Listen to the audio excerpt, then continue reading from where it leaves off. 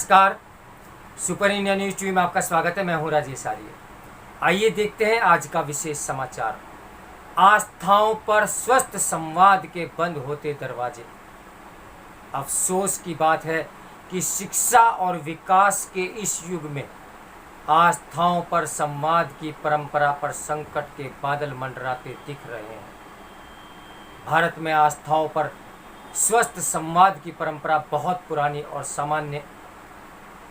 सामान्य रही है। ईसा से 500 वर्ष पूर्व बौद्ध और जैन धर्मों के निरीश्वरवादी आचार्य सदियों से चले आ रहे ईश्वरवाद और उससे जुड़े दर्शनों को अपने प्रखर तर्कों से चुनौती दे रहे थे, तो नितांत भौतिकवादी लोकायत या चार्वाक दर्शन के आचार्य बृहस्पति बौद्ध और जैन धर्मों को चुनौती दे रहे थे। उस युग के किसी धर्म या दर्शन का कोई ऐसा बड़ा ग्रंथ नहीं मिलेगा जिसमें दूसरे दर्शनों की बातें न रखी गई हो। ये बातें उन इतिहासकारों की धारणा का खंडन करती है जो प्राचीन भारत में धार्मिक असहिष्णुता खोजने का प्रयास करते हैं।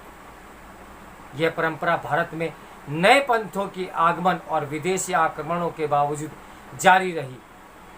अकबर के दरबारी इतिहासकार अबुल फजल ने लिखा कि 1578 में इबादत खाने में हुए दार्शनिक सम्मेलन में चार्वाक दर्शन के आचार्यों ने भी भाग लिया था।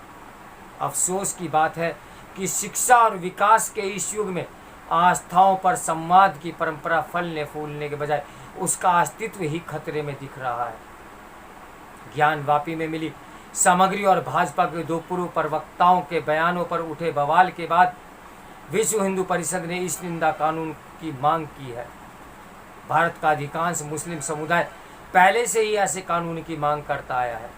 3 तलाक के खिलाफ कानून, स्कूलों में हिजाब पर पाबंदी और समान नागरिक संहिता जैसे मुद्दों के साथ इतिहास की बातें मुस्लिम समुदायों को बेचैन कर रही है। हालांकि इस निंदा कानून का इनसे कोई सीधा संबंध नहीं, फिर भी इसमें सुरक्षा दिखाई देती है।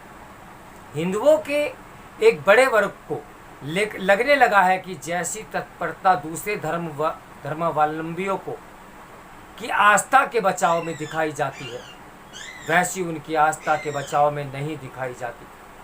जैसे ज्ञानवापी सर्वेक्षण के बाद से हिंदू देवी देवताओं को लेकर इंटरनेट, मीडिया और चैनलों की बहस के दौरान जिस घटिया दर्जे की टीका टिप्पणी हो रही है, उससे आस्था को ठेस पहुंचने से अधिक लिखने बोलने वालों की मानसिकता पर जुगपस्ता होती है। लेकिन इसे रोकने के लिए कोई आवाज़ नहीं उठ रही। जब एक टीवी चैनल की बहस पर सत्तारूढ़ पार्टी की एक प्रवक्ता के तथ्यात्मक तंज पर और दूसरे प्रवक्ता के ट्वीट पर विश्व स्तरीय हंगामा खड़ा हो गया, तो हिंदुओं को लग रहा है कि उनकी आस्थाओं की समीक्षा तो सहिष्णु उदारवाद के अभ्यास के रूप में देखी जाती है, लेकिन दूसरे धर्मावलंबियों की आस्थाओं की समीक्षा को सांप्रदायिक सद्भाव बिगाड़ने वाली धर्मांधता बताकर बवंडर खड़ा कर दिया जाता है।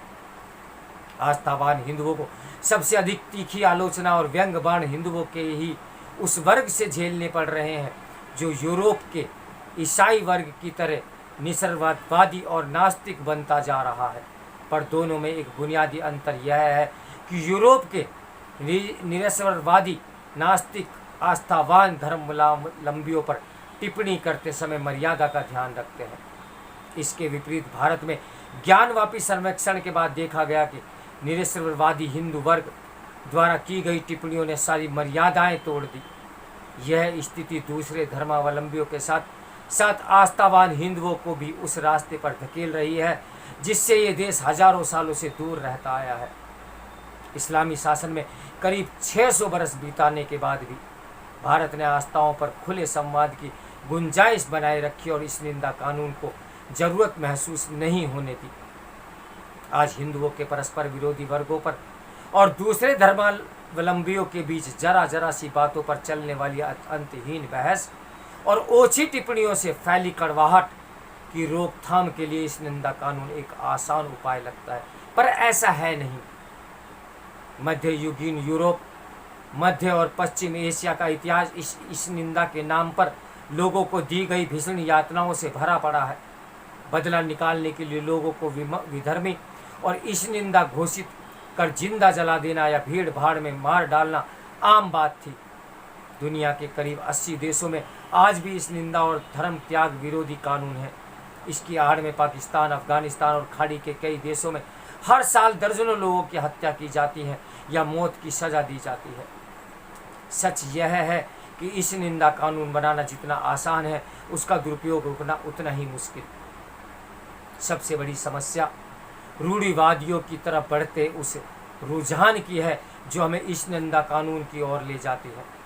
शिक्षा और विकास की वजह से समाज में अतीत का सही मूल्यांकन करने का विवेक और साहस आना चाहिए, ताकि वर्तमान को सही दिशा देकर बेहतर भविष्य की योजनाएं बनाई जा सके। लेकिन मजहबी बातों को लेकर बढ़ती कड़वाहट के चलते आपसी संवाद के दरवाजे बंद होते जा रहे हैं। इससे आस्थाओं और मान्यताओं का पुनर्मूल्यांकन करने और उन्हें बदलने के समय से ढालने की संभावना भी क्षीण हो रही है।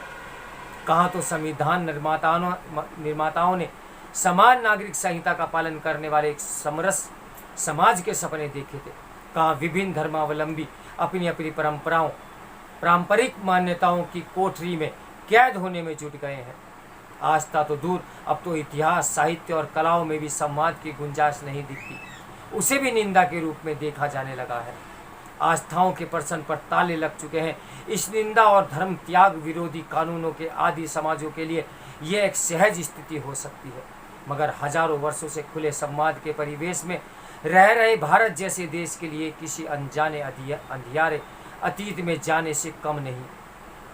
इस निंदा कानून तो समाज के उन वर्गों में के वैचारिक विकास और सुधार के दरवाजे बंद करेगा जिन्हें उनकी सबसे अधिक ज़रूरत है।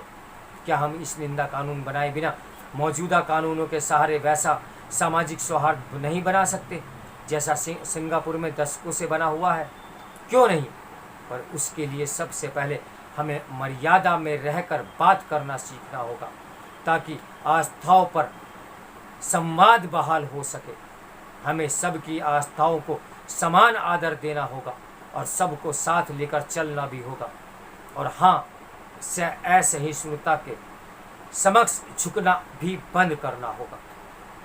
इस समाचार के लेखक हैं BBC हिंदी सेवा के पूर्व संपादक शिवकांत शर्मा। तो मेरे साथ बने रहिए सुपर इंडिया न्यूज़ टीवी की ब्रेकिंग न्यूज़ के लिए। नमस्कार, मैं हूँ राजेश आर्य।